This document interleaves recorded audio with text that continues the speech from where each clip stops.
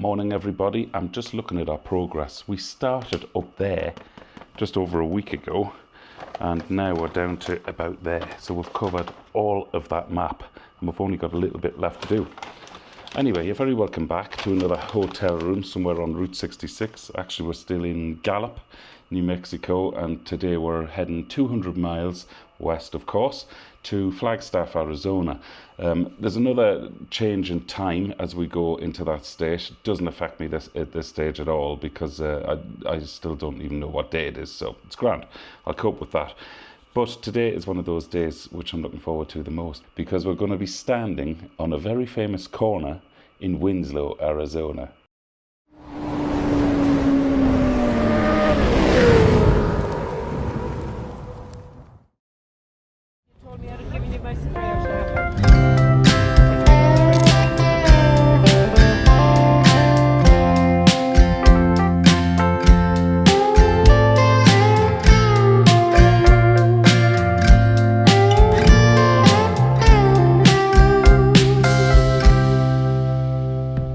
So today's a massive day for me because the famous song "Take It Easy" was based on, well, a verse was based on that famous corner in Winslow, Arizona. All shall make sense when we get there, but I think we've stop first before we get there. We're not meeting there until 2 o'clock this afternoon, so we've a lot to talk about and a lot to see before we get there, so I'll save that one.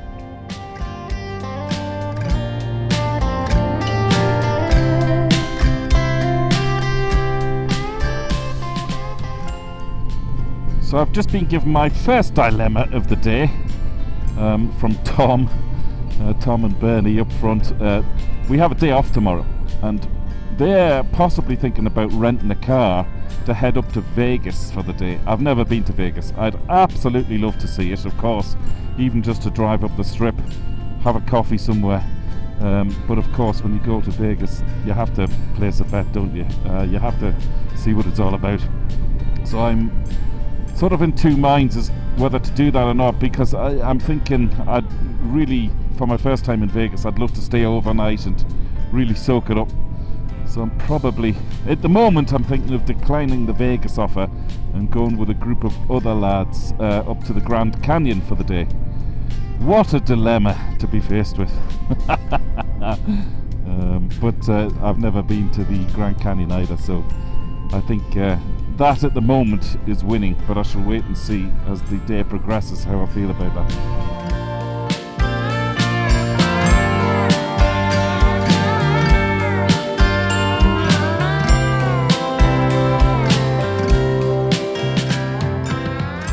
Day 8, I can't believe it. When I looked at the map this morning in the hotel room and saw how much ground we'd covered in terms of the yellow line on my map, it doesn't look like we have a lot left to do, but in terms of sightseeing and things to witness and talk about, we've an awful lot left to do. And then of course the grand finale when we ride down onto Santa Monica Pier. Obviously that's the crescendo of this wonderful Route 66 symphony. So anyway, sit back, enjoy the scenery until we get to our good man.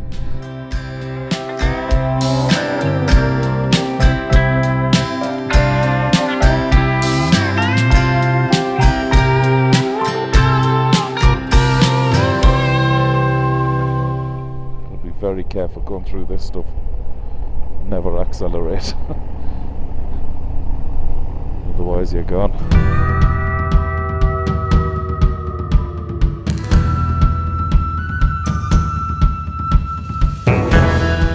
You know, riding Route 66 has taught me that this journey is about so much more than just the miles.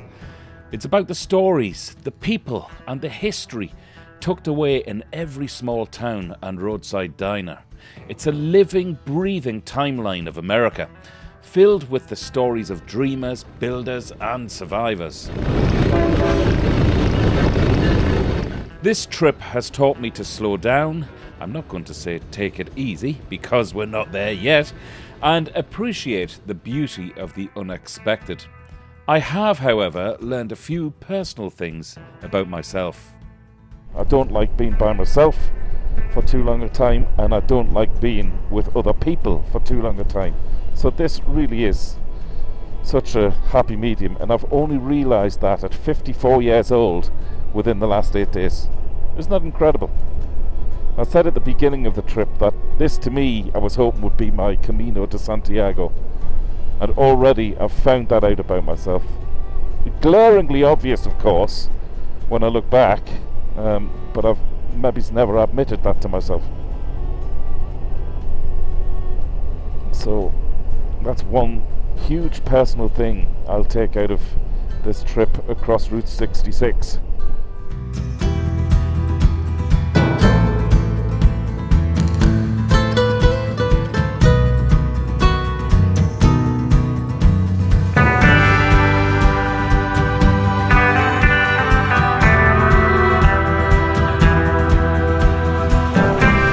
This is incredible scenery, isn't it?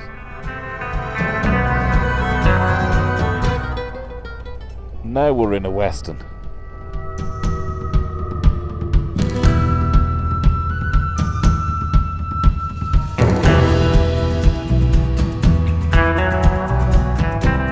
Get off your horse and drink your milk.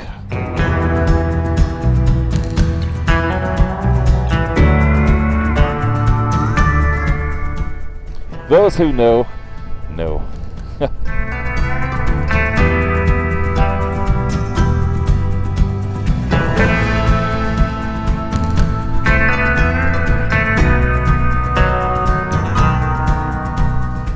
Wonder what they're off to film. Game Creek video. They're a lot bigger than the OB trucks we have at home.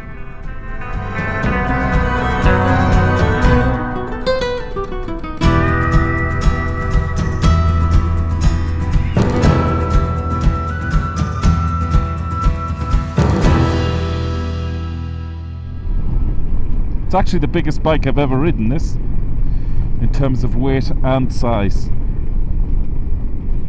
Obviously, like any bike, when you're moving, it's not a bother. But by God, it's difficult to keep upright in a parking lot or when you're doing tight turns. By the way, if you fancy doing this trip, you can, because the Children's Health Foundation are going to be recruiting very soon, looking for riders for the huge one, as I call it, in 2026. It's the centenary of Route 66. Centenary anniversary. Imagine riding Route 66 when it's 100 years old. That will be something else.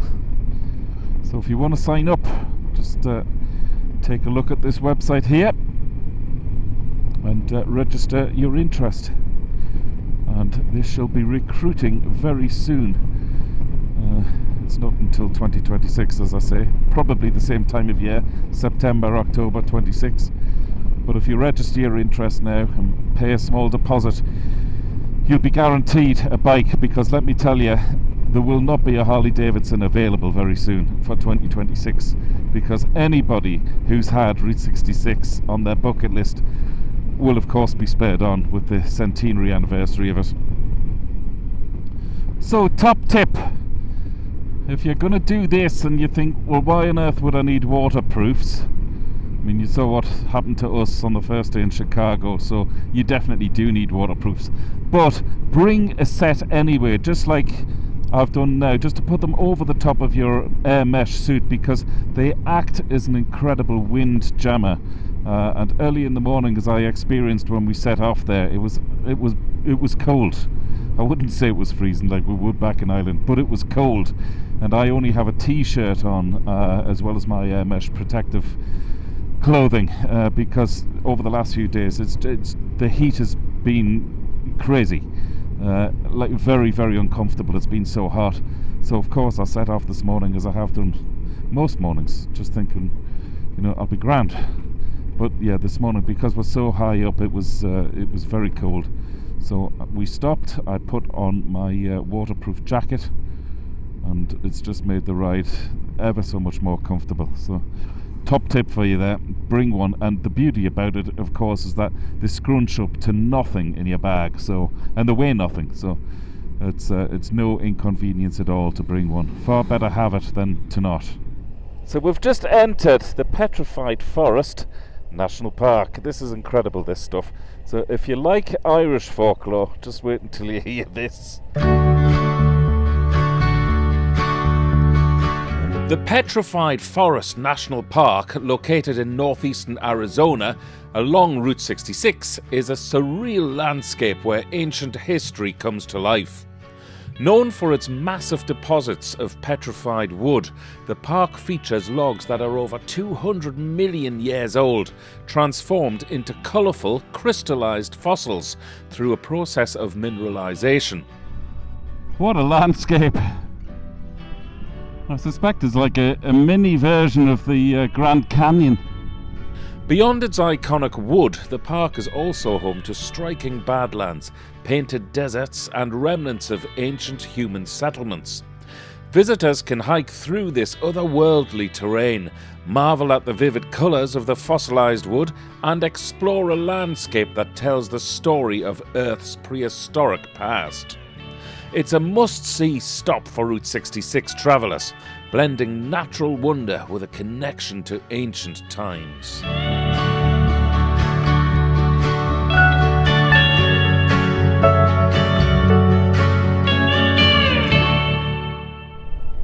Well, I hope you enjoyed that, and welcome to Arizona. Arizona is like stepping into a surreal painting where the artist went wild with orange, red and cactus green. After all, it's home to the Grand Canyon, which is basically Earth's way of saying screw you, because this is probably the best thing you'll ever see in your life. Throw in temperatures that make you question your life choices, and scenery so stunning you'll forget your sweat-soaked jocks. Arizona is equal parts adventure and desert drama. Now, time for a coffee stop. Oops, turns out this Route 66 legend that has been serving travellers since 1943 is nothing more than a photo stop these days. Ah well. So we're looking for lunch now. Actually, Joe and Aggie's used to do lunch, but they've closed down. What are they thinking? It's a tourist trap, a gold mine. But something very, very large to the left of me, just coming into my blind spot. I can't work out if it's a bus. No, it's an RV. Like a massive RV. I'll switch this camera on, you might get a shot of it behind me. It literally put my whole world into shade there. It is the size of a bus. I'd love a Pepsi or a Coca-Cola right now. I don't know what made me think of that.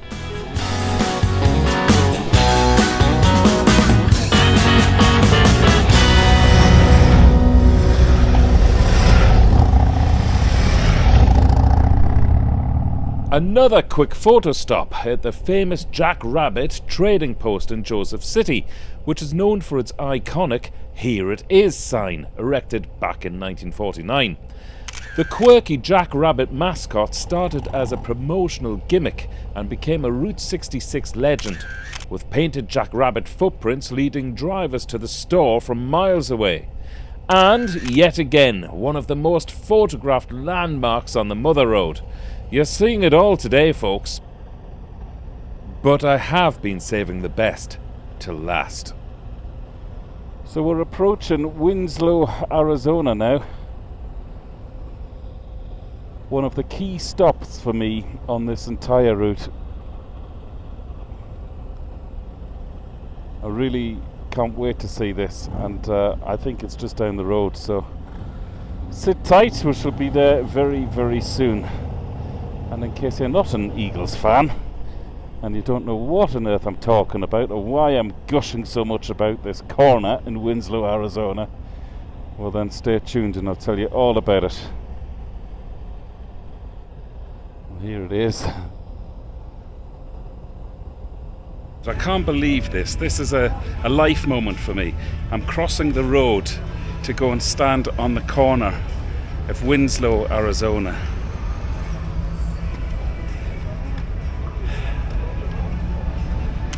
Here I am,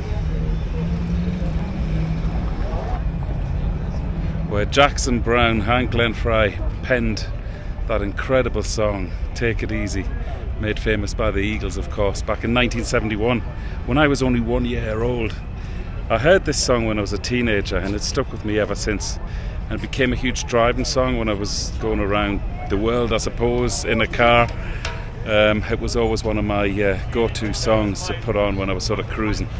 One of the reasons, actually, I'm doing this whole trip, to see this. Talk about a pinch yourself moment. I know this trip so far has been full of pinch yourself moments, but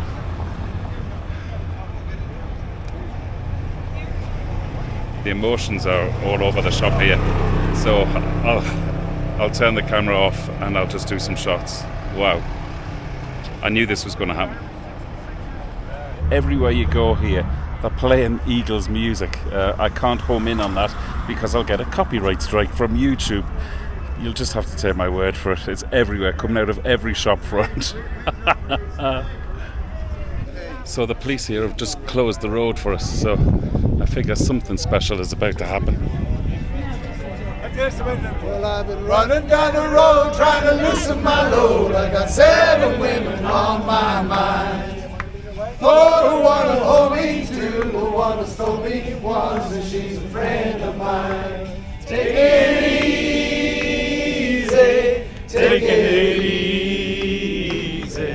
I mean, it's the Eagles song, Take It Easy, that brought everybody here. Yeah. But they didn't have a place to go. And the La Posada Foundation figured out if they made a park, everybody would have a place to come and then a statue to stand by. Eventually they decided that I was going to make this thing. So I had done some sculpting and had them cast in bronze. But now I had to make this a life-size statue and get it cast in bronze to bring here. Now, I couldn't get a foundry that I could afford to pay, so I ended up building my own blast furnace and getting the crucible and the shank to pour it and figuring out how to do it. So I ended up casting that myself. I made it, I molded it, I cast it, I welded it together. I made it in 48 pieces from the feet up. I didn't know what I was doing, so I had to think, you know, how would I do this? And I thought, well, he has to stand on his feet, so why don't I start there? And I went from there. How does it make you feel when you see everybody admiring your sculpture? Sometimes it takes my breath away.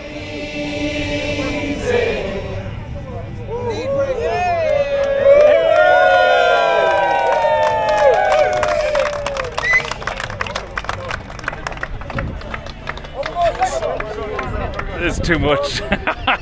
Too much to take in. Unbelievable.